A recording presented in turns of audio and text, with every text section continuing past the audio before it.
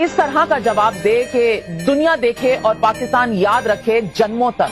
फैसला जज्बाती होकर क्या लेना सही हो? फैसला जज्बाती होकर ही लिया जाता है। हम लोग इतने मैच्योर बनते हैं, सारी मैच्योरिटी दुनिया भर की ठेका हम ही नहीं ले रखा है कि हम मैच्योर है, कल वो 50 और मार देंगे, हम बोलेंगे नहीं वी आर वेरी मैच्योर।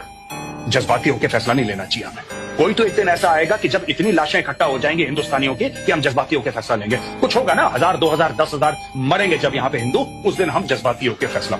चलिए 2 टके का बांग्लादेश आपको आंखें दिखा रहा है, 2 कौड़ी का बांग्लादेश, 2 रुपए की औकात, जज्बाती होकर फैसला मत लीजिए। जज्बाती होकर फैसला, that's okay, I am fine.